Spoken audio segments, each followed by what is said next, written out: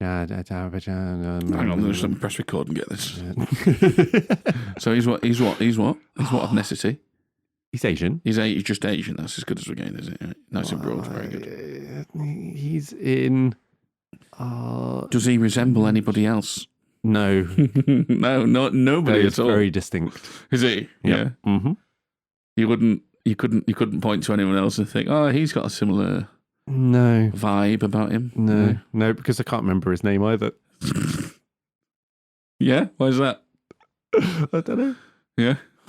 It's got lots of N's and Why don't J's why don't you pick the most popular one? What? Who said that? What's that about? Most popular what? What year is this? Jesus.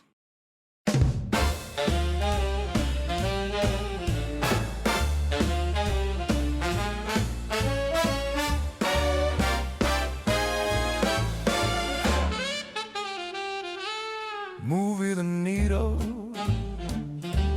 a movie podcast. Movie the Needle, they said it won't last. Movie the Needle, a movie podcast. Movie the Needle, give it a blast.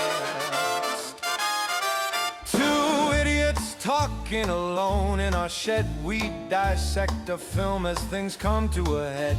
We kick things off and unveil the Yale. Then it's a simple 5-point scale. Only one of us likes it, the other not so. We bicker and joke, no gag too low. Discussion begins, Si tells Carl he's wrong. Carl plays a game and Si sings a song. We do a recasting, discuss who would work. Would he or she? We say with a smirk. In spite of it all, Carl still thinks he's right. The truth of the matter is we both talk shite. Movie the Needle, it's time for the show. Let's not pretend you've somewhere better to go. This is Movie the Needle. My name's Simon and I'm in our shed with my good friend Carl, where we'll be spewing all kinds of positivity and praise on what in our minds is an absolute classic. This week it's utter mayhem as Cage and Connery take on Ed Harris to save the good people of San Francisco from having their faces melted. 90s action and bombastic score ensues. Welcome to The Rock.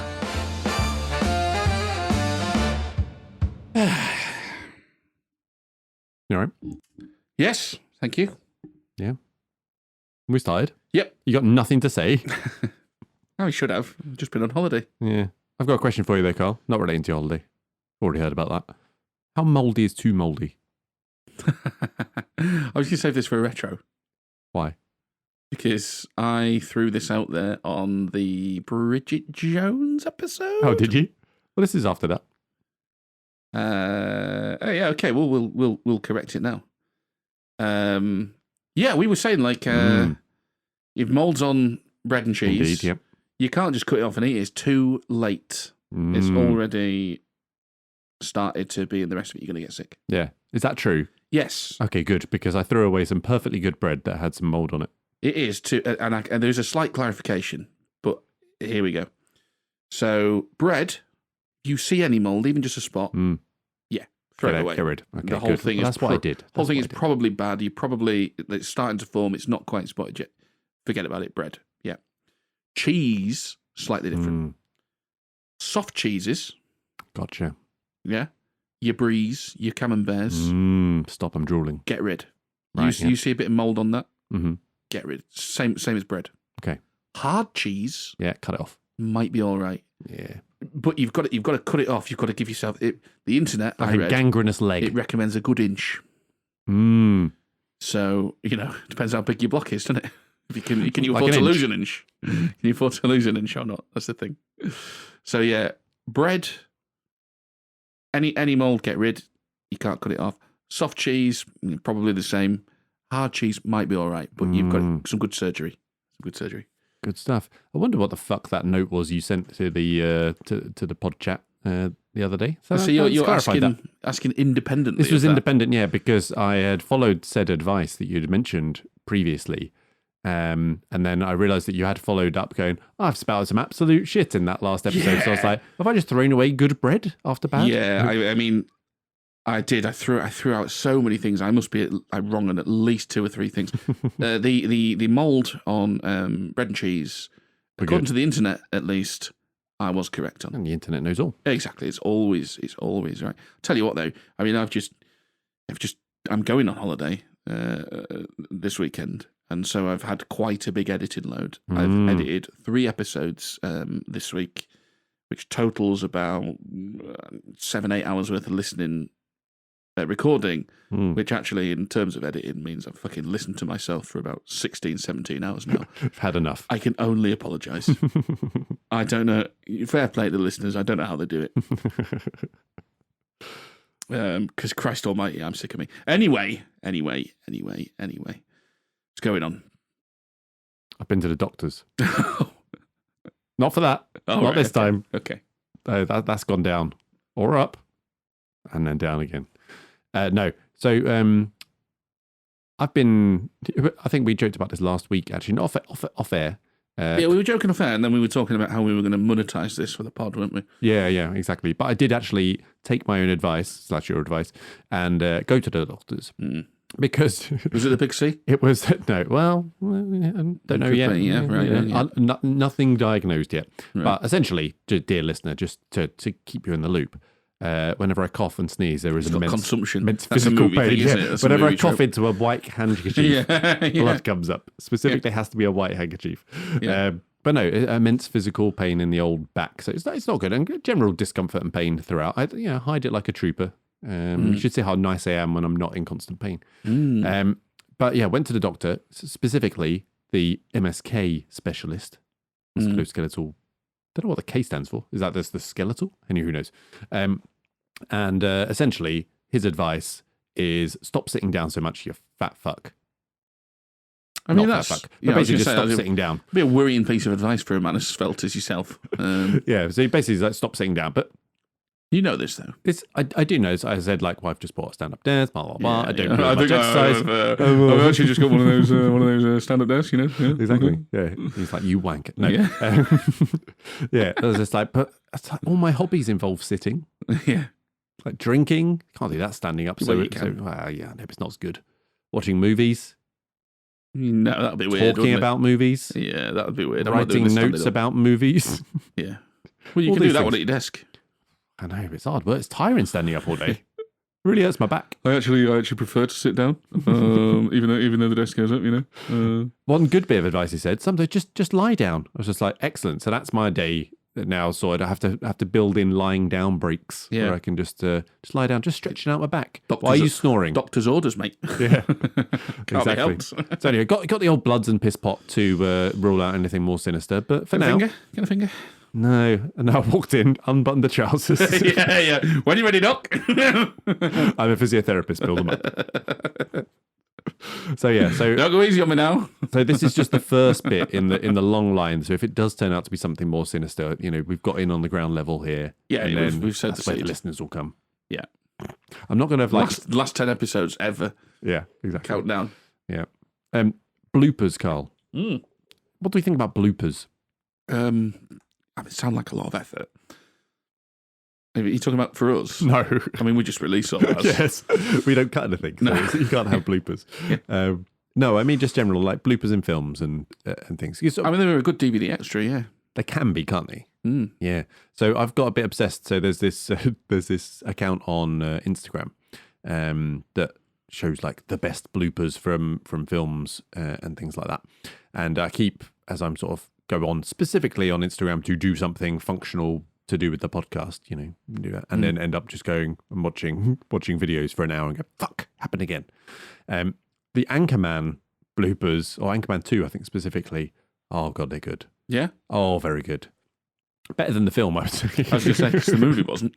Yeah. Yeah. Just, there's something about watching comedians try not to crack up, Yeah. which I'm kind of addicted to. Do you know, it's funny you should mention that because I saw a clip this week of Paul Rudd talking about Anchorman, the first one. And it's 60% of the time. Yes. It was 100% of the time. Yeah. And this was all ad-libbed. Yeah. And he was saying how he was looking forward to just cracking Ferrell up with this line. And he said Ferrell just deadpanned him and just goes, well, that doesn't make any sense, or whatever the line is in the film. And he says, you can see me at that point struggling to hold it together because he's just volleyed it straight back. It will be a lot of fun just watching that sort of stuff going on set. As I say, like Anchorman 2, not great, but the bloopers so far, I might have to keep on watching them. Good. You got anything? Oh, I just have a little moan about airport behaviour, mate. Oh yeah, go on. Looking in the airport, we're at security, and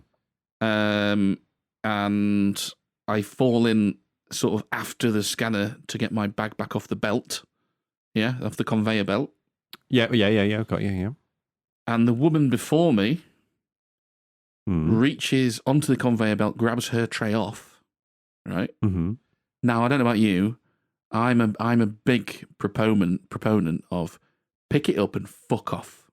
Wait, get out of the space. Yeah. Because there's desks at the end for that. Very much like if you ever shop in Aldi or Lidl. Yes. Do not pack your fucking bags. Unless you're chucking it directly. Yeah, you chuck it directly in, you go pack them on the bench at the end. That's what that's there for, right?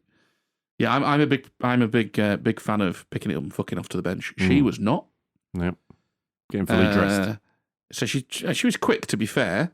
And then her tray, she doesn't pop it back on the conveyor to go down to the end to get collected. She doesn't pick a tray up and walk round and put it in the thing herself by hand. She simply slides it down in front of me, just in my way. Deal with this. Yeah, and I'm like, the fuck do you think I am? I don't work here. It's like, where am I going to put mine now? Like, yeah, I mean, not a big deal, obviously, but one of those things where you just go, annoyance. What is going through your mind here? Like, indeed. I don't understand. People, so, mate. People. Yeah. All cunts. Yeah, indeed. Lots of them. Indeed. You got anything else? No. Or is it time to unveil the podcast ear? Yeah, so for the fucking fourth time I've now said I've just been on holiday. I'm going to have to edit at least 2 of these out because, you sound like a twat. I mean, it's reflective in both ways. Yeah. Yeah, I both sound like a twat and it's accurate. Yeah. I was actually saying you do go on a lot of holidays and you are a twat. That's what I mean. Yeah, it's accurate to say. Yes, and I sound like a twat. Well, not just sound like. Well, I are a twat. Okay, yeah, thank you. I'm glad we bottomed that out. Yeah. I didn't want you to be left in any doubt. Yeah. Remember, every third insult, I need a compliment. All right. Yeah, third, right? Well, you've got 2 more. Yeah. Have you? Is that only your first today? Okay. I think that is your first today. You've got 2 more. I'm a nice guy. Yeah. He operates on a strict ratio of 3-1. He's a lovely guy. What have we got for us, Carl? Yeah, so just been to Malta. A rock Home of my own. Maltesers. A rocky island of my own. Yeah. So I brought you back a Maltese beer. Because it's from the rock, which no one calls it, I guess. It's a rocky island. I mean, close enough, isn't it? Yeah. What we got? What's it called? Well, 1565. All right. Is that a meaningful in Malta? Yeah, it's something to do with the year they banished the Ottoman Empire from the island or something like that. Ooh. Fair enough. There you go. All right, shall we introduce today's film? Indeed. All right, so we are talking about The Rock today. But before we give our first general impressions, a quick reminder of our simple 5-point scale. We either really like it, we're ambivalent, we don't like it, we really don't like it. All right, Carl, where are you on the scale? I really like this. I suspected as much. I'm a solid like it. I'll go first, Carl, and I'll let you grandstand for why you really like it. I am snappy as you like this week. No way. Yeah, that's what lack of preparation does for you. Go on, then. Away you go. Oh, no, you go first. Oh, okay, good. After you. No, after you. No. So, this almost couldn't be more 90s, right? The score, the action, Nic Cage being Nic Cagey. It's unashamedly exactly what it is. And it's very entertaining. Big actors doing what they do best. Is it fine art? No, but I dare you not to enjoy it. It's not fine art, but it's fine art. It's fine. Sincerity is the word, mate. Sincerity is the word that sums all of that up. And I'll talk a little bit about that later because I did a bit of reading and sort of musing on something. It's very interesting to compare films of the sort of 90s and 2000s, action films in particular. Yeah, look, we know I love the 90s. This might be the most 90s movie that ever did movie. And not only that, check this out for a claim. I think it might be the last great, fully sincere action movie of this type. I mean, without any research, I will just say, sure. Yeah. Well, I can throw some options out at you later. Okay, let's do that. You can decree. Yeah, it's not ironic. It's not embarrassed. It's not trying to be clever. It's not afraid of being a bit silly. Big, bold, cool. It is great. All right, let's get started with the production then. I want to talk about Mr. Michael Bay, Carl. What do we think of Mr. Michael Bay? So very, very, very few strong feelings. If you asked me to name Michael Bay films, right, I could name you this one. Yes. And then I would say some Transformers, which I haven't really seen. I've seen snippets of those. You've never seen a single one of the Transformers? I might have, not all the way through. No.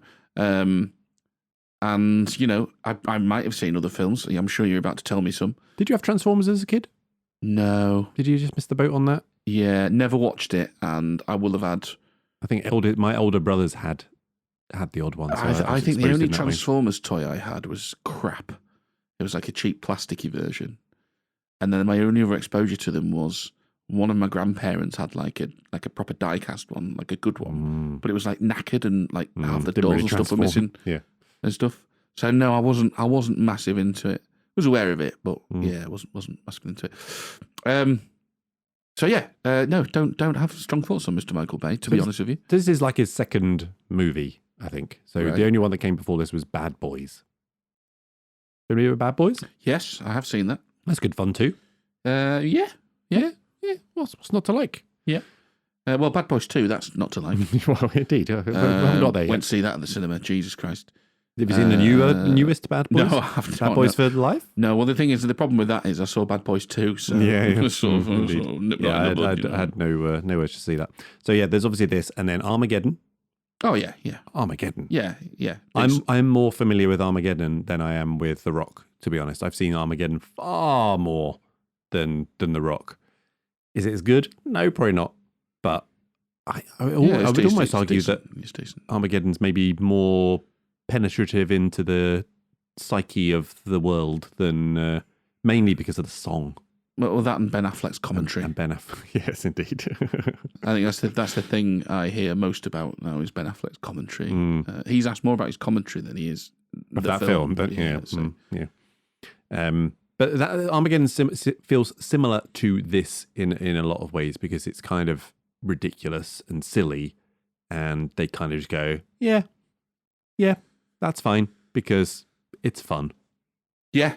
I mean, I think Armageddon's a good deal sillier than this, I'd be honest. I would say yes. Yeah. But they are in the same ballpark. Yeah. It's the same sort of vibe, yeah. So I like Armageddon. Again, not fine art, but I like it. Yeah. Pearl Harbor. I've seen that as well. Yeah, I saw that at the cinema. I quite enjoyed it at the cinema, but I was like, I don't know, 15? 14, maybe, when that came out. And then we got the Bad Boys 2 that you've talked about. Yes. The Island. Did you see The Island? Ewan McGregor, ScarJo. No. No? So got a bit of a soft spot for that. Scarlett Johansson just like, it's like she's been AI generated nowadays of just like beautiful, sexy person runs around. I mean, he's making all the right noises, to be honest. Island, I like that. Yeah. Scarlett Johansson, I really like that. Yeah. Ewan McGregor? Yeah, I'm more ambivalent on Ewan McGregor, I would say. But, you know, we're hitting up the right portion of the simple 5-point scale. Yeah. And it's very Michael Bay. It's over the top. It's wild, and yeah, I don't mind it. Then we got Pain and Gain. This is where The Rock comes back. Oh, is this with Mark Wahlberg? And The Rock. And there's a third one in it. There is. I can't remember who that is, though. Well, it must be black, because that's how Hollywood works. They've got The Rock. Oh, yeah, I suppose so. I can't remember. Then we got the Transformers series, and then two of them that I've not really heard of or Anthony seen. Mackie? Maybe. I think he might be in it. Yeah, maybe. I told you. Don't know. And Six Underground and Ambulance. So Ambulance, Jake Gyllenhaal. Six Underground. No idea. Yeah, don't know about that. But anyway, what do we make of Michael Bay now that you've heard of all his films? Great music video director. Yeah, I don't know. I mean, like Armageddon, yes, fun, same sort of thing. Bad Boys, sure. Mm-hmm. I never loved that, but it's fine. It's kind of fun. Same. Beyond that, well, watch The Island and then you can. Yeah, that sounds all right, doesn't it? Yeah. All right, let's talk about this then. How does it look? We've talked about it. It looks very 90s. Talk to me. Well, I love the opening credits, which isn't just about like looks and stuff, obviously, but like you get a feel, don't you? Yeah, like instantly the tone is just like, oh, right, here's this is where we are, you know, like big Zimmer. Couldn't be bigger. Yeah, good Zimmer soundtrack, you know. Yeah. The rain, the funeral, the rain coming down, the leaving the middle, the walking away, the voiceover. It's just all there, and it's so good. Yeah, couldn't be more. What was the word you used a lot in the Saving Private Ryan thing? Jingo. Oh, jingoistic. Yeah, it's very jingoistic. It really is. Right? Yeah. I was going to say patriotic, but jingoistic is a better word. Which just feels just like, yeah, fucking America, yeah. Yeah, there's just really lead into that, like with the gunfire and the scattered radio messages coming in. Yeah, really, really good. And just distinctly 90s as well. Like you could no one would do that now in that way. Well, they're scared of it. Yeah, they're scared of it. This is as good a point as any to leap into comparing the 90s to what comes later. Which, to be clear, you have done on previous episodes. Yeah. Loosely. Yeah. Like I said at the start, right? The word for me about 90s, and I use this word a lot as well, is sincerity, right? 90 movies, by and large, of course there are exceptions, and of course this still happens afterwards, but by and large, they're completely sincere, right? They do their thing. They tell you exactly what it is. They don't pretend to be anything else. And they're basically, as a result of that, you just get this thing that just goes, love me as I am, or don't. You know, I'm not bothered. When you get into like the 2000s, you're saying there, you just wouldn't do this anymore, right? Because the 2000s start to lose some of that sincerity. They become more sort of self-serious. Blame 9/11. Well, yeah, this is it, isn't it? They become more sort of grounded. They start to take themselves seriously, and they start trying to convince you as a viewer that there's a depth here. They start trying to convince you that I deserve your attention. But the 90s just goes, I'm what I am. That's it. It's up to you, right? And you need to go at that with a lack of cynicism. But the 90s aren't scared of cynicism, right? So they just go, I don't care. I'm gonna do what I'm gonna do. I'm gonna go big. I'm gonna put the big emotional hooks on. I'm gonna put the music that cues you exactly what to feel and when. Yep. And the cynical mind looks at that and goes, "Oh my god!" Right? But it doesn't matter. It commits to it, and it's up to you. The 2000s don't do that. The 2000s are aware of cynicism and they're scared of it. They're scared to risk being silly. They start to take themselves more seriously. That's why you get things like, here's why you should care about Jason Bourne. Great fun. But like it starts to become more sort of grounded and, oh, well, here's why you should come along and here's why we're going to be a bit more grounded and all the rest of it. You know, still get some brilliant films. You really lose that when we get into the 2010s. Because the 2010s at that point are like, they replace that sincerity that we had in the 90s and the self-seriousness that we get in the 2000s, which is kind of like a protection against that cynicism. Well, no one's going to take this seriously. We're scared of being silly. 2000s lean into that. They start going, we'll go for irony. Like, yeah, we know you can be cynical about this because it's a big daft action film. So we'll start like quipping. Knowing. Yeah, we'll start being knowing and like, you know, winks at the camera and quipping and sort of meta stuff going on. Which I just think is like really, it's like they've given up. Like what sort of way? It's also hard to escape that as well once you've done that. Yeah, it's hard to go back, isn't it? Once it's out of the can, kind of thing is. Yeah, like what sort of way to engage with your viewer is that? Is to basically go, you know, and we've done some of these, and generally come down on the side of not liking them. Not always, but we've done some of these, and it basically says, yeah, we know it's a bit shit, but isn't it fun? And the 2000s took itself too seriously to ever do that. They went to lengths to go, well, we're going to make it not a bit shit, actually. We're going to layer this character up and tell you why it matters. Yeah, it's less fun, though. Less fun, exactly right. So you still got action movies in the 2000s, but they are less fun. The 90s just went, I don't care. I'm going to do what I do. And if you want to be cynical about it, that's up to you. So yeah, you're right. No one is going to do that stuff anymore because they're scared of committing to it. They're scared of being called silly. And I guess there's something in that in terms of it's harder to get a movie made now. Like there's all sorts of financial pressures, and you sort of weirdly, can't miss more movies than ever. How's that work? Yeah, I don't know. The bit that really stood out to me of feeling very 90s was quite near the start where they've got the big car chase, right? Yes, through San Francisco, yes. Going through, and they crash into the trolley, right? And it bangs into everything. Everything explodes every time any two things crash together. There's a big explosion, and like the trolley flips over and starts like sliding down this hill whilst other things are going on. And what it reminded me of, right? It's like it gave me this real bolt of nostalgia, I guess. And it reminded me of being a kid going to Universal Studios. I would have been less than 10 in Florida, and watching these like rides we went on where they basically like recreated these kind of stunts, right? Where this like lorry would like tip over, the flames would come up, it would then like move down like pneumatics towards you. Like the Demolition Man. Exactly, that sort of thing. And like water would gush in it. It was just like pure like spectacle. And it's just like that spectacle. It's just pure like spectacle.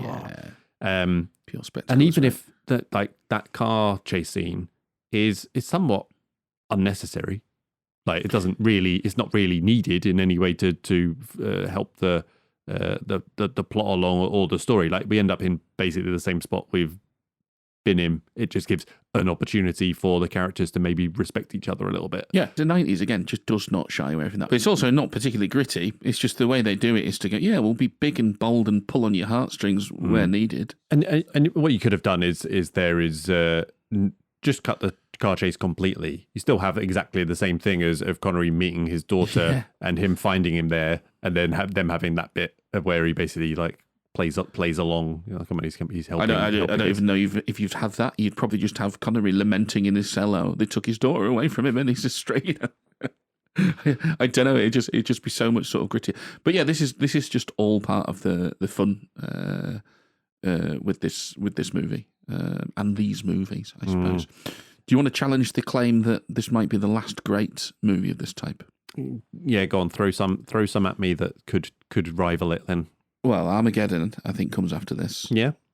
I would say that's not different. I would say as well. It's a little bit. It's a little in terms of the pure sort of action thing because it's space based and yada yada yada. It's a little bit different, but yeah. You're looking at Face Off.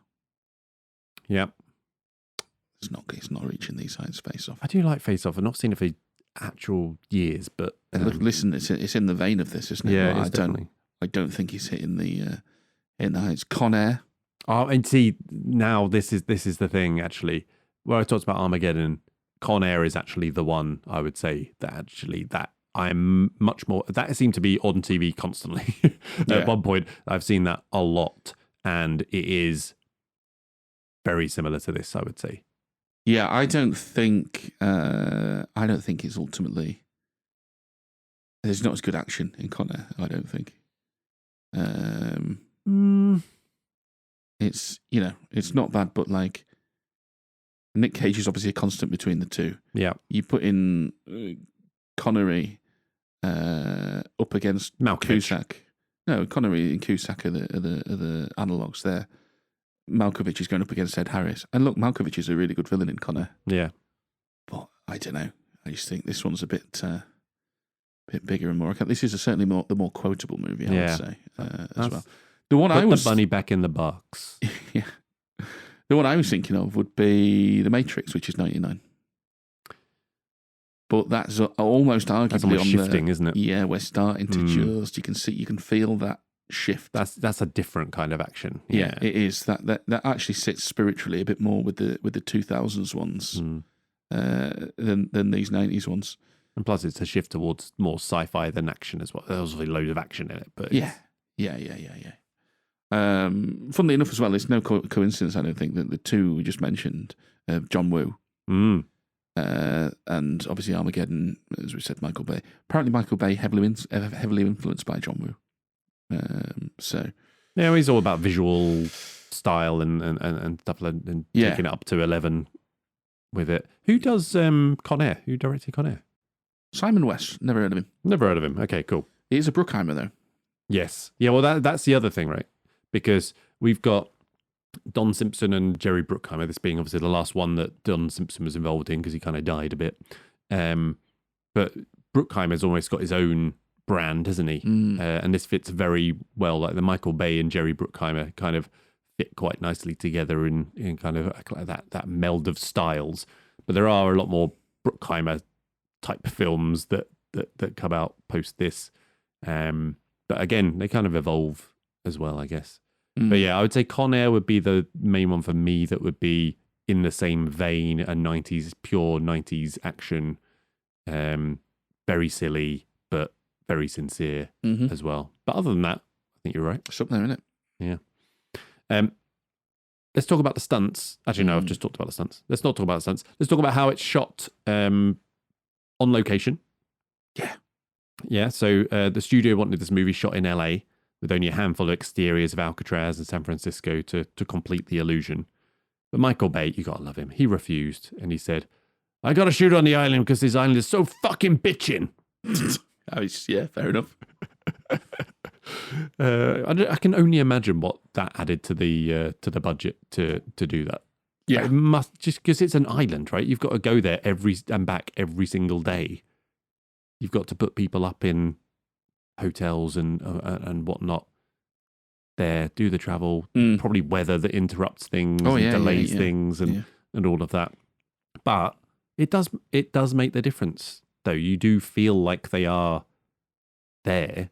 They could have filmed on, I guess, any island. You could probably have recreated it, but it still gives that sense of it being tangible and it's so iconic proper. Now. Yeah, like I know what The Rock looks like because of this film. Not nothing else really. Would you like to go?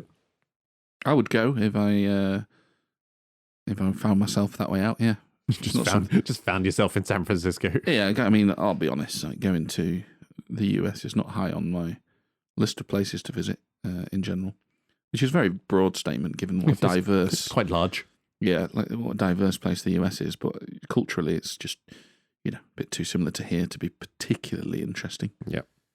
All right. How about how it sounds, Carl? The songs, the music. Well, do you remember in music class, right? You get on the keyboards, yeah, and you'd mess around. You'd choose particular sounds for your keyboard, demos and stuff. Yeah, no, not demos, but am I going to play the grand piano? Yeah. Or is this going to be the harpsichord? Or whatever. I think there's one on there called like orchestral hit. And it's like that's Hans Zimmer all over. He's like, oh, I'm writing a Zimmer tune, and it is very Zimmer as well. It really is. There's actually a moment where it sounds very Pirates of the Caribbean as well. Yeah, you can. What I've written, right? I tried to remind myself what I'm talking about here. Do you want to see what I've written? And I'm just like, I still can't imagine what I'm actually in my head. It's not actually Pirates of the Caribbean at this stage. He is halfway, and you can hear this. He is halfway between Crimson Tide and oh shit, I should get this right actually because Crimson Tide might be afterwards. That came before, I think. I feel like that came before. But yeah, it's very Crimson Tide was 95. Yeah, it's very Zimmer. He did do it with Nick Smith, who I've not heard of. But I described in the intro the score as bombastic. Yeah, I think that's a good. It is a good word. Yeah. So Crimson Tide was 95. So he's halfway between, and you can hear both of these sort of motifs and vibes in the rock soundtrack. He's halfway between Crimson Tide and Gladiator. Gladiator has a very, very similar sort of hook to Pirates of the Caribbean. Pirates of the Caribbean is actually the evolution of Gladiator. If you get the two pieces, if you ever get time, just put in Gladiator soundtrack versus Pirates of the Caribbean. Somebody will have isolated the two things that sound near exactly the same. It's just at the end of the hook, Gladiator goes up where Pirates of the Caribbean comes down. Otherwise, it's incredible. But yeah, you can hear that. It's very, very typical Zimmer. Like you say, bombastic.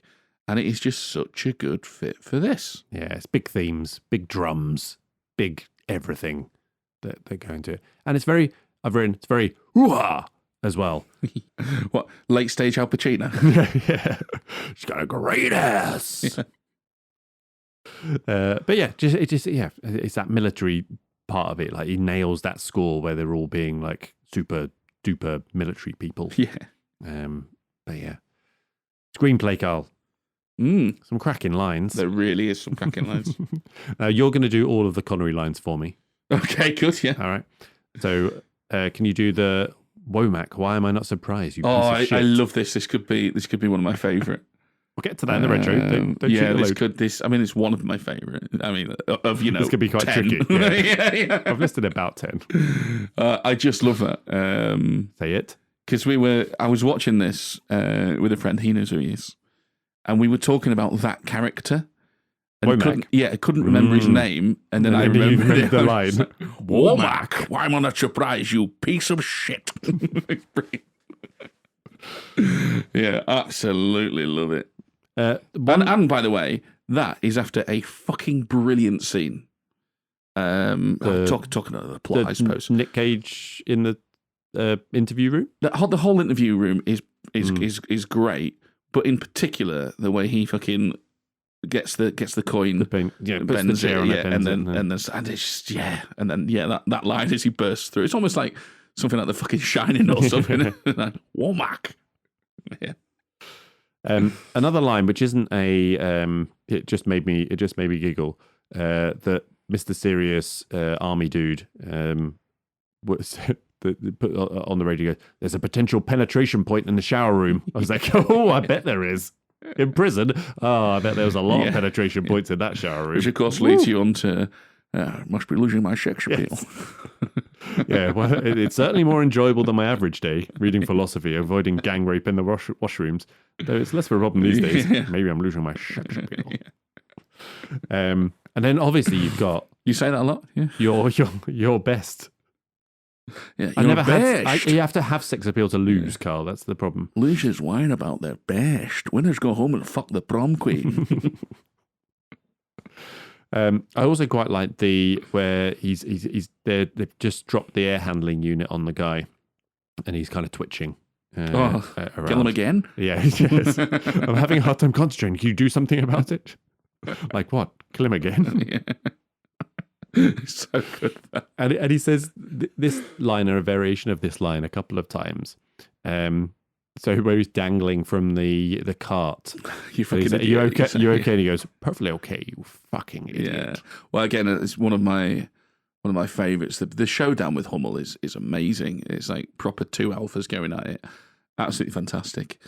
And there's obviously there's something of a mutual respect between them, although neither one of them understands each other, which obviously means they still come to the confrontation. And it's brilliant, that bit. There's something about, I don't quite see how killing another million cherishes the memory of it. And this is not combat. Personally, I think you're a fucking idiot. Yeah. Brilliant. I love that one. But yeah, such a great showdown between them two. Yeah, and much of Nicolas Cage's dialogue was ad-libbed, including the Zeus's butthole line. Yeah, I mean, Nicolas Cage, what a fucking clown. He works in this, doesn't it? Though? The writing is where, I mean, you're saying it's ad-libbed, which comes as no surprise. Yeah. Yeah, look, we'll talk more about where he's good and where I think he's a problem. And it is mostly, I guess, in those improvised lines. Where he's going, Zeus's butthole! Or being very Cage. Cut me some friggin' slack! Or what's the other one? Cut the crap a-hole. A-hole. Oh, God. Well, it was Nicolas Cage's idea that his character would not swear. So his euphemisms include gee whiz and things such as that a-hole. Fine, And but why all does he of have that. to deliver it so Nicolas Cage? Yes. But he's almost ultimate Nic Cage in this one. The dialogue also in no way relates to reality, how real people actually talk to each other in no way, shape, or form. Yeah. But it doesn't matter because we're not in the real world. No, it's for us to sit here now and say stuff back and forth or clap like a seal when we're watching the film, you know. Michael Bay said that the script originally was written much more straight and serious than the final movie. And most of the humorous moments are lines that are improvised during filming as well. So, yeah. So well done, writers. You get your stuff. Do you know some of the writers that aren't credited? I do not. Oh, yes. Oh, fuck. Now, let's see, can I pull these out? There's one you just would not think, isn't there? Or is there a couple that you would kind of, yeah, a couple you wouldn't think. Do Dick Clement and Ian LaFrenne get have got anything to do with this? Not that I can remember. Okay. But maybe. I didn't write it down. Because they did writing for, because they wrote lots of British TV sitcoms, like Whatever Happened to the Likely Lads and Our Wiedersehen Pet. And they have a couple of inputs on some Hollywood films. You're just like, what? Anyway, sorry. Is that just like punching up scripts? Maybe? Yeah, it was. Yeah. I think it was specifically on the sort of the humour side of it as well. So this is like rewrites and punching up, punching up scripts in particular. So uncredited, Quentin Tarantino, right, and Aaron Sorkin. Okay. And also Jonathan Hensley, who I don't know. But yeah, they wrote Jonathan Hensley wrote the shooting script, and then Aaron Sorkin, Quentin Tarantino were uncredited contributors to it. Yeah, so here you go. British screenwriter Dick Clement, alongside his writing partner Ian LaFrenne, were brought in to rewrite dialogue for the 1996 action film The Rock at the request of Sean Connery. Oh no, I did read that because they did some of his Bond stuff. Yes, that's as well. Right. Yeah, that's right. Yeah. They specifically enhanced Connery's character, John Mason, by adding wit, a deeper backstory, and the British nuances. Yeah, because originally I think that character was going to be American, right?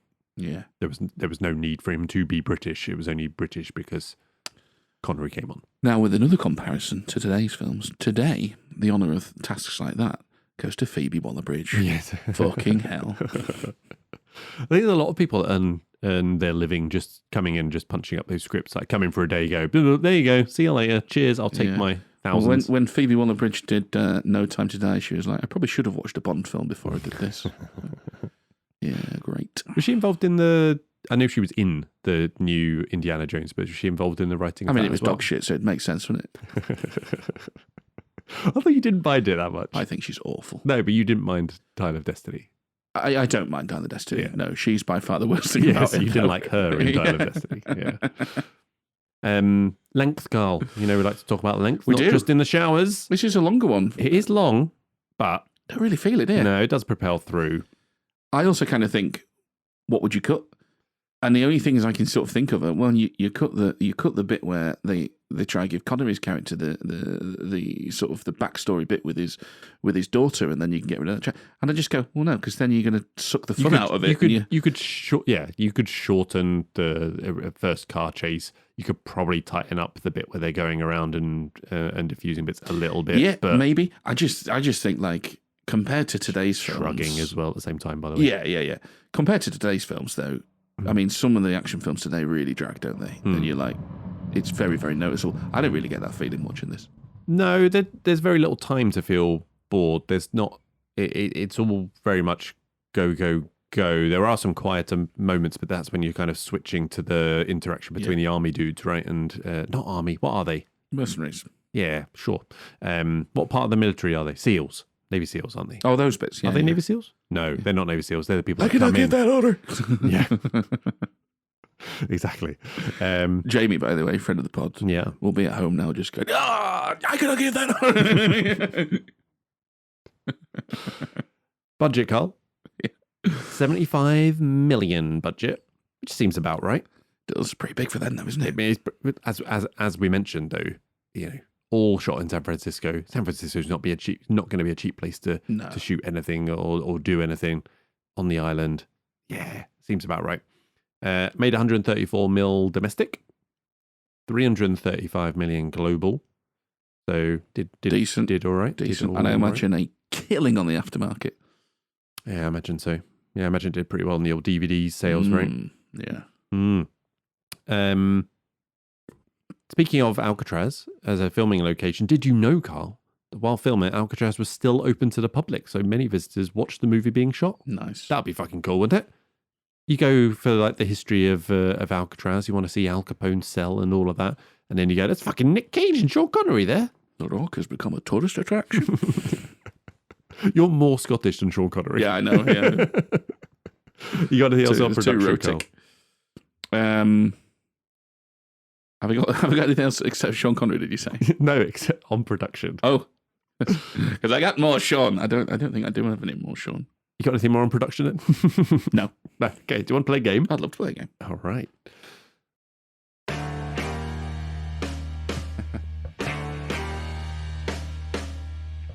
Bluesky saved the day on the island jail. Is his name inspired or an epic fail? Nic Cage has a history with the crazy names, so I thought I'd use it for today's game. Let's rock. Nic Cage or The Rock. These character names just suck. Are they owned by Cage or The Rock? The Rock. Both have been in some utter gash, but they've proven they'll do anything for cash. Nice. Contractually obliged to have a dumbass name. Decide who it belongs to, yes, that's the game. Let's rock. Nic Cage or The Rock. These character names just suck. Are they owned by Cage or The Rock? I'm trying to think now. Have I seen more Nic Cage films or more The Rock? Well, films? we'll find out. So Nic Cage's character name in this, we haven't talked about it yet. It's Stanley Goodspeed. A ridiculous name. Good or bad, Goodspeed. whatever your view, it's a crazy name. Nic Cage is no stranger to crazy character names, and neither is the namesake of this movie, The Rock, Dwayne The Rock Johnson. So I've got 20 character names for you, Carl. And all you have to do is guess whether the name is a character played by Cage or played by The Rock. So Cage or The Rock. Cage or The Rock. Cage Yeah. or The Rock. Yeah. So we've got 20. You can go for any number you want. Go for number one, please. Yeah, number one. Okay. Callum Drift. Ooh. Now, I haven't seen the Fast and the Furious with The Rock in, but they wouldn't call his character Drift, would they? I'm going to say The Rock. It is The Rock. It's not from that film, though. What's it's it from from? Red One. Oh, well, that shows how much that's stuck in the memory. Okay. Now we got Red Miller. I'm assuming you're going number two. Oh, yeah. Yeah. Number two. Red Miller. Red. That sounds like a... Oh, shit. He was in that film Red Notice, wasn't he? Let's say The Rock again. No, it's Cage in Mandy. Oh, not seen that. Yeah, No. no. Yeah. Okay. Okay, now we've got Frank Wolf with two Fs. Not in Frank, in Wolf. Yeah, just to be clear. Don't know it, so let's go with The Rock again. It is The Rock in Jungle Cruise, which you've seen. Oh, yeah. I like the Jungle Cruise Yeah. for some reason. We'll get to that at some point. Okay, you'll like this one, Carl. Noah Cross with a K. Cross with a K. Cross with a K. I mean, yeah, it's got Cage written all over it, hasn't it? It is Cage in the Humanity Bureau. I realise I've been marking these all as ones that are... Have you got them all right so far? No, You I have? got one wrong. What did you get wrong? Second one. Oh, yeah, you did. Stop pressing X's next to all of them, idiot. Right. Number 5, Hank Forrester. Is that what he's called in Jumanji? Let's say The Rock. No, it's Nic Cage in Snowden. No, I've not seen it. Dr. Xander Bravestone. Oh, that's what he's called in Jumanji. That's The Rock. It is. Johnny Blaze. Oh, that's that fucking... What's that one where he's... is he the burning motorcyclist thing? Yeah. It's Nic Cage. Yeah, Ghost Rider. Yeah, Nic Ghost Cage, Rider. That's yeah. it. Mitch Buchanan. Oh, my God. I mean, yeah, you think... Let's go Cage. No, that's a Rock in Baywatch. Mitch Is it? Buchanan, the Yeah, old. You must be familiar with Baywatch, not as really. in the Not old really. Baywatch. Yeah, well, no, Because that was David I'm familiar with Hasselhoff's character name. Oh, Mitch is it? Buchanan, Okay, yeah. I never really watched it. So Edward Malice. Let's go Cage. It is Cage in The Wicker Man. Oh, right, okay. Raymond Bees. Raymond Gaines. Gaines? Yeah. Oh, it's got to be The Rock. It is The Rock in San Andreas. Yeah. That's Theo's first movie he ever saw when he was about 3 months old. Wow. I mean, In I the don't think he cinema. remembers it. No. Which puts him in no different place to anyone else. All right, you ready for number 11? Yes. That's right, there's another 10 to go. Good. Detective James Ransom. Ah, you recognise that one? I can't remember Cage playing a detective in anything, though. Let's say The Rock. It is The Rock in Empire State, which I have never heard of. No. Okay, David Spritz. Let's say Cage. It is Cage in The Weatherman. Right, yeah. Benjamin Franklin Gates. That is National Treasure, I think. So that's It Cage. is, yes, well done. Christopher Danson. I don't remember. This could be either. We'll go The Rock. It is The Rock. Smashing this. Boxer Santaros. It's got to be The Rock, It but It is The Rock in Southland Tales. Yeah. One of his early ones. Memphis Reigns. Oh, that's Gone in 60 Seconds, isn't it? Yeah, It that's is. the Cage. It is Cage in Gone in 60 Seconds. Castor Troy. Oh, that's Cage in. Is that Face Off Castor Troy, or is because he's something else in Con Air? So yeah, that's Cage. It is. Little Junior Brown. I mean, I just don't know, but I'm going to go The Rock, just on the balance of probability. That is Cage in Kiss of Death. Okay. Cameron Poe. Oh, there we go. There's the Con Air. So that's Cage. That is Cage. Blaze Thunderjack. This is the last one. Yeah, again, like absolutely has to be The Rock. What film would that be from? He must have been in some superhero shit. Yeah, let's go The Rock. No, it's completely made up. There's neither of them. Oh, But right, it okay. could be, couldn't it? Could have been either. Could have been either. Could have been either. All right, I'll give you that one anyway because it's a cheating one. So you only got 1, 2, 3, 4 wrong. So a score of 16. That gives you a rating of Memphis Gaines. Nice. A lot of guesses in there, to be honest. But never mind. Yeah, you missed out on a full 20 out of 20, which would have been Stanley good effort. Oh, nice. Yeah. But less than 10 would have been Cameron Pooh. Very good. Yeah. Very good. Or 10 plus Wank Forrester, which was... Yeah. There you go. That's Cage or The Rock. Very good. All right, let's move on to the plot, Carl. Mm. And I think Michael Bay said this better than anyone else. There's a major logic flaw in the movie. Only Screw one. it. It's entertaining, don't you think? Only one. Which one's he talking Well, he about? was talking specifically about why the boiler's working on the rock when this island hasn't been used for years. I was like, if that's what you're worrying about, Michael. I mean, I don't think... I think we've got some other stuff I here. don't think that's a detail he needs bothering himself with, to be honest. The messaging is there, which is it doesn't matter. It's entertaining. No, of course, yeah. So, of course. so there you go. So I think that's the spirit you need to approach this film with. And if you don't, you're probably going to have some trouble with it. Yeah, of course you are. This film does not care about your cynicism, and your cynicism does not work well with this film. So park it at the door. So speaking overall about the plot, though, like the overall actual story. Wait, Hey, ooh, hang on. going back a few weeks now, isn't it? Yeah. I can't remember. Yeah, but I like the threat and motivation for General Hummel, Yes. and it's not a overseas terrorist style thing or anything. Like it's all very like you kind of go, well, you know, he's raising a very good point here, and it's very reasonable and obviously way over the top in how he addresses it and stuff. But also, he's asking for 100 million. Doesn't actually seem like that much. That's the other thing I was well. going to say. It's also, and it's this isn't the 90s wasn't immune from this. You think about Armageddon, literally saving the world, but it's also quite a small thing, isn't it? It's quite a small story because it's just about 83 people. This one guy and his particular tale of vengeance, if you want to call it that. And obviously, there's like justice. Yes, very good. Obviously, there's what they say, 70,000 people at risk. They reckon. Yeah, but it's not Mission Impossible. No. He's not trying to save the world in every single film. No, which is something again that modern action films have sort of ended up with now. Is they're very overwrought. This isn't overwrought. It's not relatable. That's the wrong word. Yeah. But it's easy to understand. And you go, oh yeah, fair enough. Yeah. Bad guy going to do this. We got to stop him. Yes, indeed. But like you say, Yeah, like killing 70,000 people, bad, sure.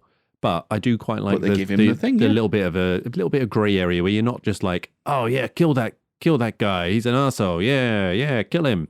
And obviously because he's played by Ed Harris, amazingly watchable and almost like likable as well, because you go like the most serious man in the world. Yeah. Like you couldn't break him in this, surely. Like it would just be dead stoic and serious. And I just love it in his character where he's just identify yourself to everyone, where he's on like a video call and you can't see who it is, and it's just like, yeah, fuck, I'm gonna do that at work. Yeah. So yeah. Well, here's what else you should do at work, right? Because I'm talking over both plot and production here, but there's some great choices with how they explain stuff and how stuff happens. Like the order in which stuff happens is brilliant. And this particular one is maybe more of a dialogue thing, but here's what you should do at work. The call he gives to Womack first, or whoever it is he calls in, right? He doesn't say, this is, Brigadier Major, whatever his name is, Hummel. No, let's get his name right, because it's important. Yeah. General Francis X. Hummel. Yeah. He doesn't say, you're right, chick, it's me. Bit of a sitch. I'm holding a load of people hostage for this reason. And if you don't give me what I want, here's what's going to happen. He goes, right, I should have written down the exact order of it, but it's like, you've got a situation, you don't want to tell anyone, and it's like, he hasn't even told him what's happened yet, but he's like fucking laying the law down, like, this is how it is. I'm in charge here, bitch. Yeah. And then he goes like, I've got 81, say again, that's 81, or like 81 or whatever it is. Yeah. Like he says that he puts the stakes out, and then he goes, I've got these rockets. So it's like, okay, we've got a situation. We've got this. He doesn't actually say his demands in that phone call, which is great. But also, what does he do? He finishes with, this is General, what's his name, Hummel, out. Yeah. And a hang up. That's it. Yeah, it's like, so like normally you talk about like dialogue and stuff and just how fucking cool this is. Yeah, here's who I am. Here's what's going down. This just goes, no, because I really, really, really want to finish on him going, this is me out, and it's brilliant. Yeah. It's absolutely brilliant. As a more sort of plot note, because that's maybe a bit of writing, a bit of delivery. I love the exposition in this. I think it's brilliant. Oh yeah, come on. So again, that opening scene, right? Obviously, massive exposition, yeah, because you've got the voiceover and then him talking to a fucking grave. Yeah, him just on his own, right? Use your inside voice in your head. You don't need to verbalize. Come on. But it's great because that essentially they just lean well into that. It's cool as fuck, and you go, oh, you've just set up the entire movie whilst the credits roll. Yeah. That's brilliant. And then the next bit of exposition we have is obviously in the room when he's making him, and that's when we're going to introduce like, well, it's Connery now, and it's just all so cool how they do that, because it's like front and center. They're not apologizing for it, but the lines are superb. The delivery on it is brilliant, and you just go, oh, like, yeah, obviously that's exposition. But my God, it's fun. Like, yeah. And I know exactly what's going on now. Yeah, and I think the initial bomb disposal scene as well, it sets up the Cage character in that way perfectly as well. Like that is just the epitome of who he is, right? Everyone else is freaking out. He's kind of freaking out as well. It's not like he's some robot who is just like super calm and thing. He's kind of all over the place, but he's super competent and great at his job, but a bit of a mentalist at the same time. So I think that is a good way to sort of introduce that character as well. Also, again, like the heightened stuff of like, of course, the potential remedy to this is the fucking massive needle that you've got to jam into your heart. Yeah, or somewhere in your stomach where he actually ends up putting it when towards the end of the film. When he comes out the needle, it's just like, that's not where your heart is. Yeah. What if they shot that first? But yeah, recruiting Mason, when they recruited Mason as well, like they set up how like he's kind of a serious dude, right? Because it's like, he's an escape artist. I had to get up 3 times last night to take a piss. But it's just like there's no one else. There's no one else. There is one man. Yeah, that's right. Dot. And it's just like there he is in shackles with the hair. It's like, oh fuck. Yeah. You know what there is, Carl, Mm. which I love? Running through the kitchen to escape trope. Yes. Yes. Why? I mean, in every film, why would you escape anywhere else? Interesting, aren't they? Yeah, there's more going on. Yeah, there's flames going up and everything. That's an obvious way to a back door, isn't it? Everybody knows the kitchen's out the back. Yeah. Imagine if the kitchen was at the side, they'd be fucked. Yeah. We've talked about the opening Humvee chase and the crashing with the trolley. Completely over the top, unnecessary. Everything explodes on impact. All good fun. It's good, though, like you said earlier, that they come together at the end of that, and there's a bit of mutual respect there. And at that point, you're like, oh, they're a team, sort of like. Well, he's not even quite yet, though, isn't it? But you sort of see Mason starts to go like, okay, maybe he's not just could have handled that differently. Yeah, maybe you're not just a standard FBI arsehole. Yeah. Like maybe you are different. Yeah. Oh, that's another great bit. I mean, I touched on this earlier with the interrogation room scene. Yeah. And Connery is just so good. He instantly pegs Goodspeed as an amateur, and he's just like running rings around him straight away. And it's just such a good scene. You know, and that's where Cage is good in this movie. Cage is good at being the serious chemist and geek, like you say in the other scene. Yeah. But then the fish out of water when it comes to the other side of being an FBI agent. And they have a lovely sort of joust in that scene. It's really good. And I think it's really quite neat as well how they obviously go from being part of a SEAL squad of people, then you have that whole shower room massacre, which sets up. I gotta give that order. Yeah, which sets up that whole. Well, now there's just two of them. Yeah. Because obviously it would have been ridiculous if they just sent in those two. Yeah. On their own to do it. So you've got to have the thing, but you've got to get them to a point where it's basically them against everyone. And I think that's quite a neat way. It shows quite a lot of different things at once, right? It shows the brutality and no nonsense of those of Hummel's people, particularly those that he's recruited, right? Who are just like, nah, fuck it, we're gonna kill them all. It shows Hummel being like, oh fuck, this is not how it's meant to go down. You can see that sort of damaging him. Yeah. And then it also is just fucking brilliant to watch. Yeah, as well. You just like slow motion bullets. Dying. Oh, well, that's the John Woo influence there. Yeah, yeah, exactly. Yeah. So the other set pieces that are in when we're on the rock, right? So they go into those like minecart style things. Yeah. Yes. That wasn't as big as I kind of expected it to be. It kind of like, oh yeah, they're kind of going, and then it's just like a dangling cart thing. I was expecting like it to be almost Indiana Jones style, you know, fighting all the way along it and stuff and doing all that, but it was a bit less of that. Maybe a budget thing, to be fair though. Yeah, maybe it's very cool though. It always sticks in my mind, the minecart thing. Well, like for laundry or something, aren't they? Yeah. And then you have John C. McGinley on fire. And all in my head was like, John C. is on fire. Okay. And that's just going in my head. So there you go. It's now out there. Yeah. See, it's funny with him, isn't it? Because I don't know about you, but you spend a lifetime sort of never really noticing him because he's in a lot of films, but only ever bit parts. Yeah.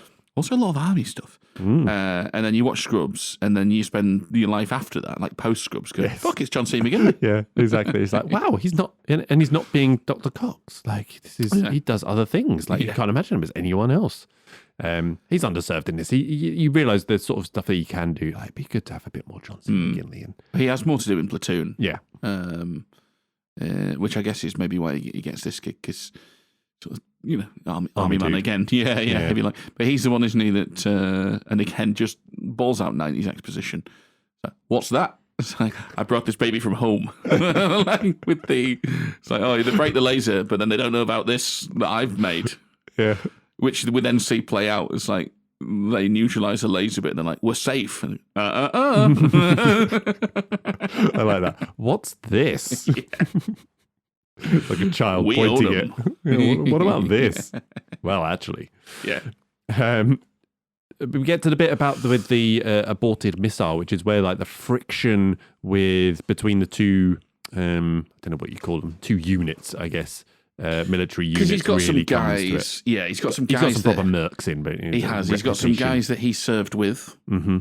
And They're then loyal. he's got some just pure mercenaries in who he thinks of the shared cause sort of thing. Mm-hmm. And to which point have served themselves with absolute distinction. Yes, yes. Yeah, he's well happy with them to start with, isn't he? He's very happy with them until he's not. Yeah. Which is their fault, to be fair. Which Because, they gave up being a soldier and they're now a mercenary. And mercenaries get paid. They do get and paid. he wants his money. Yeah. All reasonable demands. Yeah. But he aborts the missile, right? So he changes those coordinates, and it's going to crash into the football game, and they just a few little keystrokes away, and it crashes into the sea. 90s trope there as well. Not bad missile tracking shot though. To be fair, like when it's going through, it's the kind of thing that in a few years' time would have aged really badly. As in, sorry, what I say that if they'd shot that, in like 5 years later, you would have been looking back at that and going, "Oh, they've used really shit CGI and it looks awful." Yes. But this is just like, "Oh no, it's fine. It's very simple and it kind of works." And a lot of it's done on sort of radar screen, so you don't have to see that the missile is tracking over all the city. Exactly. So, it kind of works. And that obviously leads to the mutiny that we have. I'm not even mutiny the right word. Or is that on a boat? Yeah. Is that only on a ship? Oh, good question. Don't know. I've only really used it when it's like pirates and stuff. Oh, mutiny. But yeah, maybe it's just a military type thing as well. Who knows? Maybe they just call it insubordination with this. Indeed. But that face-off is very tense. I like that as well. Like, you know shit's going to go down. You're not entirely sure which direction. Old Major, is it his name? Major someone? What's his name? Oh. Major Tom Baxter. Yeah. David Morse. Yeah. One of those guys as well that you're like, oh, he's in loads of stuff, that guy. You're never sure which way he's going to go, and you think he might have been pushed too far by Hummel, but no, he basically commits suicide by defending him. On the face of it, very, very simple plot. But as you touched on with Hummel, there's a bit of layering, isn't there? Because he's not a pure bad guy, and actually, then we get another threat in the face of these mutiny. By the way, sailors or soldiers mutiny. Oh, there we go. Good stuff. These mutineering, is that what you say? Sure. Yeah. That's what I'm doing this weekend. Should we say that? Mm-hmm. These insubordinate soldiers. The threat then comes from them, and then suddenly you've got a sort of, here's the real bad guys, and now I've got to try. Yeah, they're actually bad. Turn this around, and that sort of saves Hummel's character in the eyes of the movie, which is nice. It works really, really well. Works really, really well. Yep. Then we kind of move to the final kind of showdowny bit, saving the day, leaving it to the last possible second. But before you get to that, you have the Rocket Man, Elton John bit. Not into Very any true, of that very true soft lies. shit. Very true lies. But You're the Rocket Man. you could see as soon as that rocket was pointing out the window and he stood in front of the window, you know exactly what's gonna happen. But it pays off as well. And then he shoves the ball of VX gas. Yeah. The ball of gas in the guy's mouth. We should have talked about this in production a bit more, by the way, because what a great... Who's thought of that? The gas thing. The whole VX thing, and what it does to you sounds nasty, but then the way we see it melts your face off, basically. Yeah, good effects actually as well, to be fair. Yeah, in that initial volty bit thing. Looks like horrible, but even just right down to the... why wouldn't they be neon green? They look cool, and your elegant string of pearls Carl. Formation. It's like, it's such a good. I did like the string of pearls, elegant solution. I was like, that looks fucking cool. Yeah, it really does look and cool. really unstable. Yes. Who designed this? Yeah. No, it's so cool. All of that, and then like you say, to actually then have one where it's like, I'm just going to make you eat it, is pretty brutal. It's so funny though as well, because he that's that one ball that gets away and he saves it from falling off the edge, right? Then he gets the rest of the balls, stashes them in the grate, but keeps one. Yeah. Why? Yeah. Imagine if he just like sat down and forgot about it. Oh, fuck, that's that. It's just like, he keeps one. You're just like, why do you keep that one then? Okay, there's Pierce Brosnan in this film. What's going on here? Is it? Yeah. But he's clearly kept it just for that Of scene. course, That's yeah. the only reason it's there. When I get round to showing my youngest this, she'll go, "Oh, well, what are the chances that he's eaten that bowl that he kept?" Yeah. The most unrealistic part of this film, Carl, and which is saying something, is when Mason, Sean Connery, is fighting one of the mercenaries, right? And they're using chains and knives and stuff. And the mercenary calls Mason an English prick. Doesn't correct him. Yeah. He's a Scotsman. Of course he's going to correct him. Yeah. Yeah, God. Like, Never hear the end of it. Yeah. Like Followed up by, "I think you're fine, pal. That's legal tender." Right. I can only suspend disbelief so far. Do you know what? Fun fact about this? Actually, not what. Never mind. I wish I hadn't said anything. It's just you in England, so it's not actually true, that. Yeah, that was the most unrealistic part for me. I think Took me right out of it. I think you've missed possibly my favourite set piece from the whole thing, which is only a small thing, but it's one of the ones that has stayed with me. Oh, yeah? Since the first time I've watched this film, I think. It's the rolling through the fire and the Oh, yeah, boilers. that's cool. Yeah, I've memorised the timing. Yeah. Just hope they haven't changed the timing or whatever. Yeah. Yeah, again, ridiculous. Yeah. But Just great. Like, what is that? Why does it work that way? Yeah. Yeah, why is it on and off?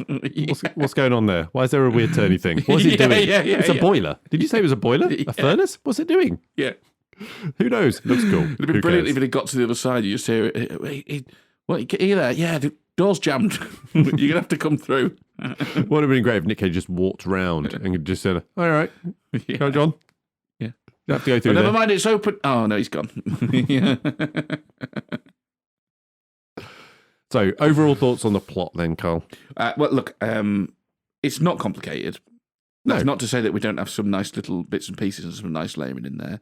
I am very much here for the exposition because it's entirely consistent with 90s films and the way they're going about this sort of thing. So the only question after that is, because we know like some of this stuff is cool as fuck, the only question after that is, it's a bit long, does it drag? And we've both sort of said, no, not really. It's earning all of those bits. So, yeah, just really, really, really like it. Really like it. Yeah. Because there are even parts to it, right, where you've got Goodspeed and his girlfriend and stuff where he's naked playing a guitar. Because, sure, why not? Because he's a Beatles fanatic. Sure. He's at pains to tell us. Yep, can't do the CD because vinyl sounds better. Yeah. Obviously. And spends, how much did he spend on that? $600, I think, was it? Yeah. Yeah, couldn't do that. But you have the whole always expecting a child. Now, you think, is that the only reason that's in to give stakes? Yeah, it's the stakes for him. It's just stakes, Yeah, right? it's the Personal stakes stakes that you can't just be like, I can throw my life away. It's fine. Yeah. And it gives that relation to John and his not knowing his daughter, right? So it's... Yeah, that's is his name John?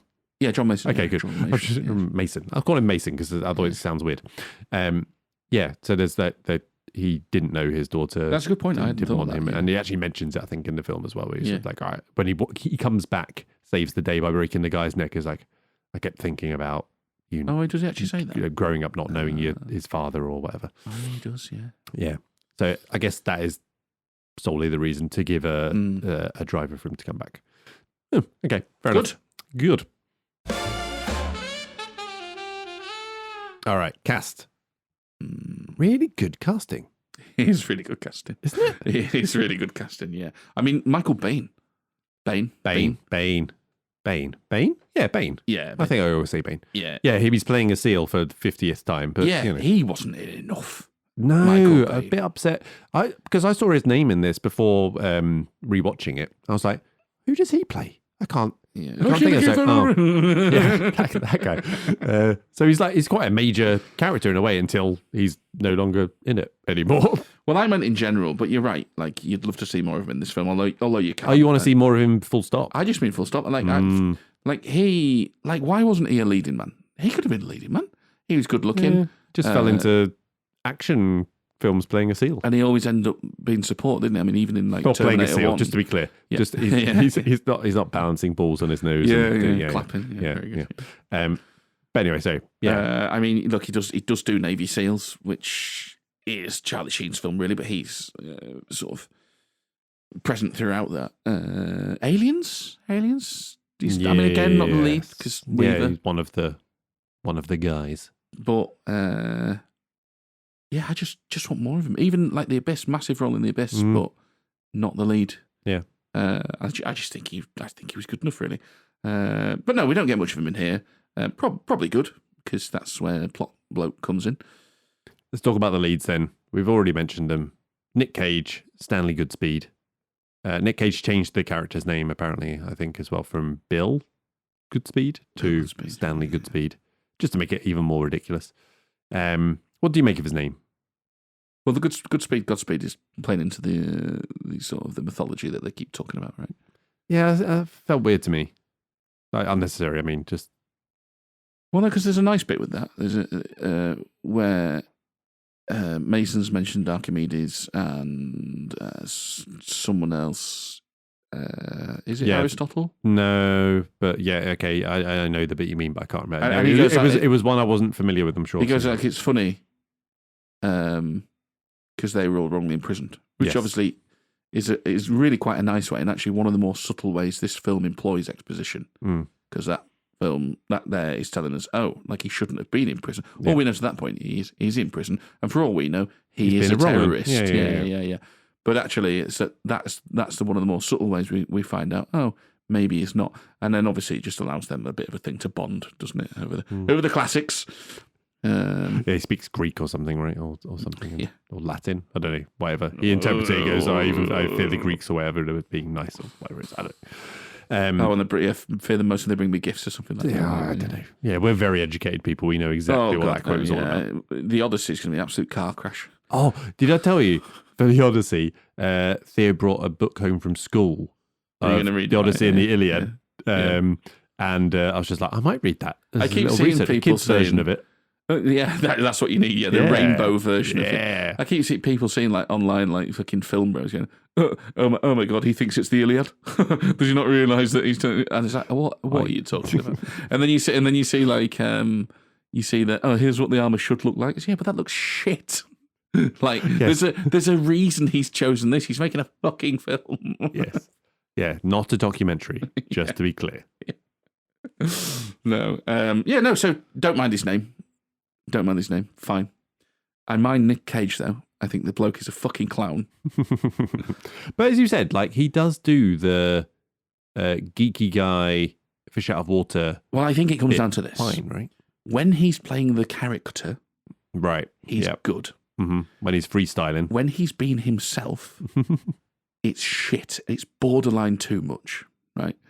And I want to say he's wasting some good lines. They're not good lines. They're silly lines, right? And it turns out because he was probably ad-libbing them. Mm-hmm. Yeah. But he's wasting over-eggs them. He's wasting some good moments of like confrontation or ripostes, right? So again, when what I presume is sticking to the script, when he's regurgitating, that's a need-to-know basis. You're on a need-to-know basis, and you don't need to know. That's nice. That's lovely. Yep. Because that's a bit of snark that's in keeping with sort of character. He's just heard that. Again, Mason Connery, fantastic in that moment because he just barks at him and makes him shit his pants. Fantastic. So when he's playing the character, he's good. When he's himself, I think that's a good call. I'm not here for Cage at all. Yeah, I think that makes sense. There's a more reined in version of that where he's not doing the whole Zeus's butthole and all of that. You just need Michael Better to just go, just read what's written down, please, Nick. Thank you. It's like, no. Can you just do it as written? Then we'll do a few for you. Yeah. And then I'll use the first one. Yeah. Thanks. Yeah. Cheers. Yeah. But a very big performance when necessarily probably didn't necessarily need the big performance for it. Sean Connery as John Patrick Mason. Effortlessly cold, isn't it? Now. Oh, now. Is this? Okay. Yeah. He said, "Is this his best performance?" I'm posing the question. I pose this question as a fan of James Bond. As a Bond fanboy. He's my Fanboy. favourite. And well, okay, yeah, if you like, he's do. my favourite actor to play James Bond. Yeah. You think this might be his best performance? Is it? Is it? Is that what you're thinking? I'm asking. Got better one? Better than The Last Crusade. I mean, he's good in The Last Crusade. He's good in The Last Crusade. Is he better than John Mason? Better than The Untouchables. He's good in The Untouchables. I mean, we can play this game all day, mate, because Sean Connery is a fucking don. Better than But Hunt for Red October. Is he in that? Yeah. Ramius. God, is he in that? Come on I was worried about I mixed up my submarine films. Tide. Yeah. So is that K-19? No, that's Harrison Ford. Yeah. I don't know. I don't know. It's right up there. It's really good. It's really well suited for his age as well, if you know what I mean. Like it's right in the pocket for, look, he's not too old where you go like, look, he can't be this isn't realistic. He's got the stature, he's got the physical ability to him to be going like, oh yeah, no, he's a bit of a badass. And Connery's brilliant for this, right? Who's rivaling him? Maybe Harrison Ford, but who's rivaling him in being as badass at 70 as he was at 30? Because that's and like in a different way as well. Yeah, because it's more like this sort of the clean cut, dashy good looks thing. When he's kind of a bit more sort of brutal. When he's older, it's more effortless, cool, but like. You know, he still means business. Well, I struggled with the recasting, to be fair, for that kind of reason, I guess. Who's actually managed to pull that off in the same way as Connery? Again, maybe Ford? He's carried that into his older age. Yeah. Clint Eastwood, maybe? Clint Eastwood was always old. That's true. Always seems like he was old. Even in his early stuff, he's old. Yeah, I don't know. No, I'm not. I can't really think of any other rivals. It's a huge performance. It's a cool performance. He is effortlessly he just purrs those lines out, doesn't he? As well, he does. And you say that confrontation part, like he's just so confident with it, and you just know he's outmatched. He's like completely fucked, basically. And he's just like no. Obviously, we're going to come on to Harris. Harris is so intense in this. Yes. And relentlessly intense. Up against Connery's, like, how do you combat that? And up against Connery's cool. Well, that's how you combat it, actually. And you get a great showdown. Yeah, I mean, Ed Harris is so sincere in this. Like, there is not one moment of levity for that character. He is straight down the line, 100% of the time. Yep. The only thing you crack from serious face is slightly upset face. Yep. There's a bit of tragedy on him. That's about it. Regardless of what's going on around him, he's just this unbreakable character, and I think Ed Harris is just perfect for that. Superb, yeah. Because you just look at him, and he just stares at you. Oh, brilliant! And that's how I sort of like the two of these, and in many ways, they are the sort of leads of this film. Cage is almost like he's like the the sort sidekick. of third wheel, the sidekick, right? Yeah. And I look at Connery and Harris in this, and they are both giving huge performances. Connery is cool, Harris is intense, and it works so well. How old do you think the Harris character is meant to be in this? I would guess late 50s, 60s, maybe. Yeah, because I think it was like 46 or something when he was playing this. But yeah, I was the same. When I was thinking about the recasting, I was like, oh, who could do that? But I think it's because he's younger, but believably older. Again, it's weirdly like as you well. just said about Eastwood. He's always looked older. He's never he's never been fresh faced, baby faced kind of thing. No. Well, not that I've seen him anyway. But it kind of works. You look at him and you go, oh, he's seen some battles. Like, this is a guy who's like, 30 years, been in the service, very believable, 100%. But then he's also got the stature and physicality to it to go, like, oh no, but he's still a badass as well. And then that's where I think, again, the recasting for this, when we get to it, very tricky. Can I talk about director Womack? Please do. John Spencer. Yeah. Is this quite against type? does he usually play? Like I've seen, I know he's in what's it called, TV thing, West Wing. West Wing, in that, and I've seen him in other things, I'm sure, but he's never been quite as big an asshole as I've seen him in this that I can recall. But he's fantastic asshole in it as well. Plays that piece of shit very convincingly. You piece of shit. I'm trying to think. What else I've seen him in. But he's very well cast for this. He really is. As is William Forsythe. Yes. Yeah. Who plays Paxton. Right? Yeah. Again, is essentially just a dick in a suit, but somehow still such a big character. Like he's such an arsehole when he walks into, here's a coin, make a fucking phone call, you go back to jail or whatever. When he's having these little showdown with Mason, and then he comes round, doesn't he, as well? He comes round again. He really works. We've mentioned Bane, brilliant. Yep. David Morse, yeah, that guy, yeah, brilliant. And then John C. McGinley as well. Yeah. Let's get to recasting then, because I'm quite looking forward to. I've only done the three: Connery, Cage, Harris. Yeah, same. Who do you want to start with? I've got most names for Hummel. I actually thought there were quite a few options here. No, I see. I did. I've got three names, and I'm only really happy with one. I've got five. Five. Okay. What are you happy with? All of them? I think they all work. Okay. Go on. I don't know. All right. Here's the two I think are weakest. Robert Duvall.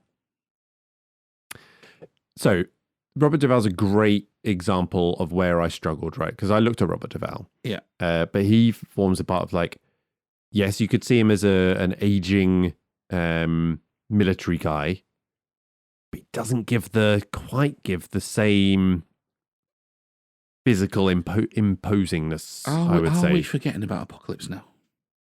And Kilgore. Yeah, but that was in the 70s. 70s, yeah. And that's the problem with Duvall. He's a bit too old. Yeah. So actually, if you remember that episode, check our feed. I recast Probably Kilgore as Ed Harris. Right, yeah. But by this point, it probably doesn't work the other way around because Duvall is a bit old. But otherwise, Kilgore. Yeah, in his youth, sure. I get that. Yeah. The other one, who I think is a tad weaker, and not because I think this guy's in his peak here, and I know you'll like this, but I think he's a bit too silly and larger than life, not quite as serious as Ed Harris at this time, Tommy Lee Jones. Again, looked at Tommy Lee Jones, similar sort of thing, not serious enough. Not almost. At this time. No. Yeah, not at this time. But like, he's definitely got that. You think of what the character is and think, oh yeah, Tommy Lee Jones do that. Mm-hmm. He's done similar things in Under Siege. Yeah. For instance. Yeah.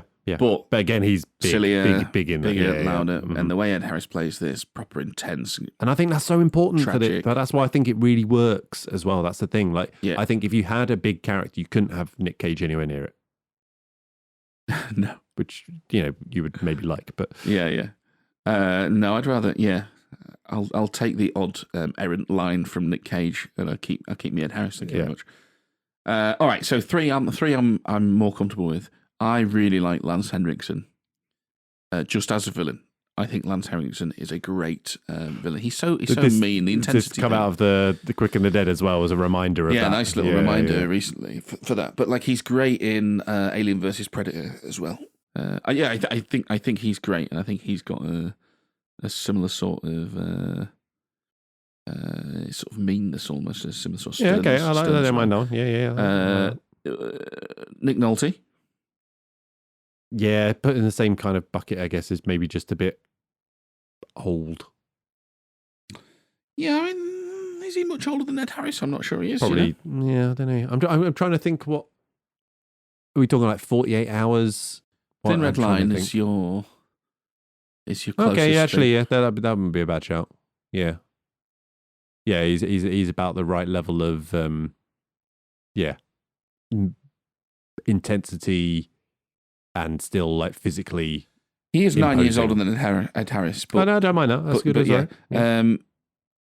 My last one, possibly my favourite, Michael Ironside. The guy in the wheelchair. The guy in the wheelchair. It's an old detective show, Ironside. No, not him. No. Top Gun, Starship Troopers. Yeah, I know you mean. That's actually a great shout. Yeah, he's my favourite. I like that as well. Give him a scar. Why not? I think same age as Ed Harris as well. Yeah, no, I like that. That's a good match. That's the kind of that's the one. Yeah, that's better than what I've got. He might not be as good as Ed Harris, but he's in the same vein. Yeah, he's in that. Yeah, he's I like that. So the two that I rejected, but I was like, so I started going down like sinister bad guy, Powers Booth. Yeah. Yeah. Is he convincing as a military badass though? No, he's corporate. Not, is he? He's a corporate dickhead. Exactly. Or political. Yes. Yeah. So you can do that. Yeah. Not that. So I threw that out. Then I went, Jack Nicholson. Mm-hmm. I was like, okay, yeah. Is he? It's a bit Few Good Men, but yeah. Yeah, it's, but that's kind of what took me there with the Few Good Men part. I was like, well, he could do it, but again, he's too much like retired general. Yeah, exactly. Decision making general. Precisely. Yes. Not on the ground. Yes, not on the exact. That is the exact line of thinking. So then I landed on the only one that I was happy with that I think struck the balance was Tom Berenger. Mm-hmm. Where you go, you could see him. He's in the field. Yeah. He looks rugged. Yeah. He looks badass. He's serious. I think he was too busy making Sniper 9 at that point. 11 of those, did I tell you? 11 Sniper. Wow. No, I couldn't tell you. I've not seen one of them, Carl. I'll be honest. First one's all right. Yeah. Yeah. No, he's good though. Yeah. He's got the chops for that, I think. Yeah, so that was the best one I can come with. But actually, I think I like your Ironside one. I think that was good. Lose the wheelchair, put him in. Yes, yeah. And they took my legs. No.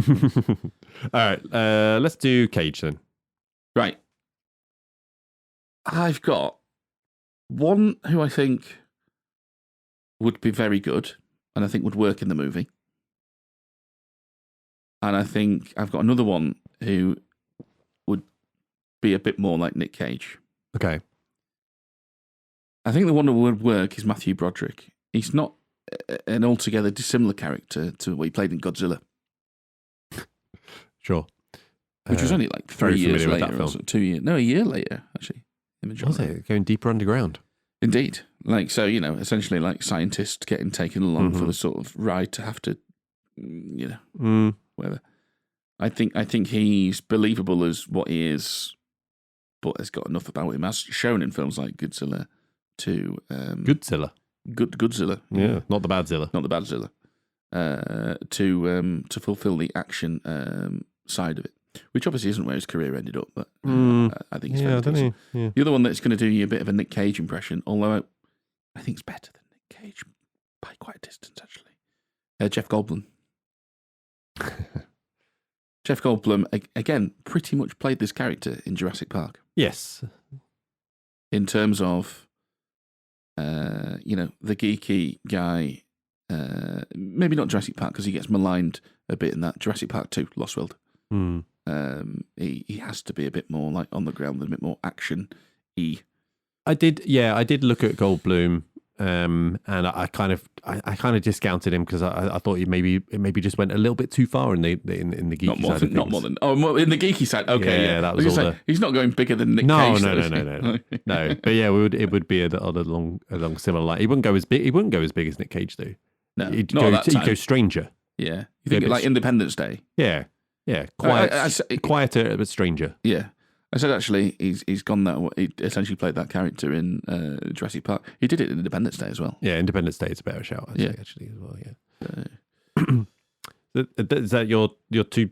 So I'm cheating a little bit here, which I didn't realize until after I come up with that's a great fit, and then went shit. Was John Cusack, which obviously he does Con Air, similar kind of. John Cusack would be good though. Kind of role, but I think he could do the reluctant FBI nerd thing, and he would be better, I think, at doing the. I mean, John Cusack, they look quite similar as well. I think he's just a better Nicolas Cage, isn't he, John Cusack? You've put it out there now. Yeah, why not? Let's I don't go for know. it. Yeah, it requires a bit of closer examination. He'd definitely be a better Nic Cage in this film. Yeah, I think it would be a really good fit and opposite Connery as well. I think he would actually work quite nicely for it. So yeah, John Cusack's my pick for that one. Now, Sean Connery. Yeah, I've got two for this. Is one of them Gene Hackman? It is. Yeah. Now, I did a bit of Googling for this. Yeah. And some people on Reddit suggested Gene Hackman for Hummel. That's wrong. No. That's wrong. Gene Hackman is Mason. Thank you very much. Yeah, that's who I got as well. Yeah. I struggled to come up with anyone else that... His intensity is so much more laid back and naturally believable. We touched on this a little bit on the Mash Flicks and Chill with Kieran as well. Yeah. How like natural an actor he is. So he's better. I know he's intense, but it's a different kind of intensity. Yeah, I agree. He's really good for John Mason Hackman. The other one, you're looking for old, believable action star Harrison Ford, which I don't like as much as Hackman. But could I believe him as an incarcerated older operative? Yeah. I mean, he essentially plays that role pretty deep into his career. This is going to sound stupid, right, based on his filmography. I don't see Harrison Ford as an action guy. Yeah. I mean... Because you think of the Jack Ryan stuff, right? Yeah, that's the closest thing you get. This aging operative, but he always seems like he's not quite up to whatever is being asked of him. As in, he's not like a pure action person. He's always like, oh, he's not quite designed for this. He's kind of a little bit on the verges of out of his element. But he's competent. I don't know. I think he's a bit cooler than that in Indiana Jones. Certainly the Jack Ryan stuff, it is a bit more... He's not playing James Bond. Yeah. That is very much more... he's constantly getting outwitted, trying to survive sort of thing. Very different Jack Ryan to Alec Baldwin's, by the way. Not a fan of. It's neither here nor there. Correct. Apparently, they wanted Harrison Ford for Hunt for Red October. Right. Yeah. Couldn't afford him. Yeah. Got Alec Baldwin. Yeah. Amazing film. Because it did so well, they went, we're going to make some more Jack Ryan films. Alec Baldwin went, actually, that did so well, so give me Harrison Ford money. Thank you, yeah. And then if we're going to give you Harrison Ford money, Sunshine, we'll go get Harrison Ford, which is what they did. Yeah, and I don't like that. Then they got Ben Affleck. Then they got Ben Affleck, yeah. Which actually probably a better fit than Harrison Ford, given the way Baldwin got the ball rolling. Anyway, not talking about that. I will propose Hunt for Red October very soon, and we will get to that. But yeah, a bit of a stupid comment from me in terms of that. But I don't know. It's I don't know. I mean, something he's not, about him that he's not effortlessly cool in the way Connery or Hackman is. It's something about Connery, the fact that he has the Bond background, right? He that brings it. He brings that with him almost, and it works in this role in particular because that's one of that. That's one of the nice little fan fiction things, theory things. Always it's Bond. They incarcerated James Bond. Yes, SAS. Yeah, but no, decent efforts. All right, Carl. Any changes? Only one. Okay. And I had written down Cage just reel it in a tad, and I now know, based on what you've said, it would be Cage just read the script. Just stick to the script, Nick, please. Thank you very much.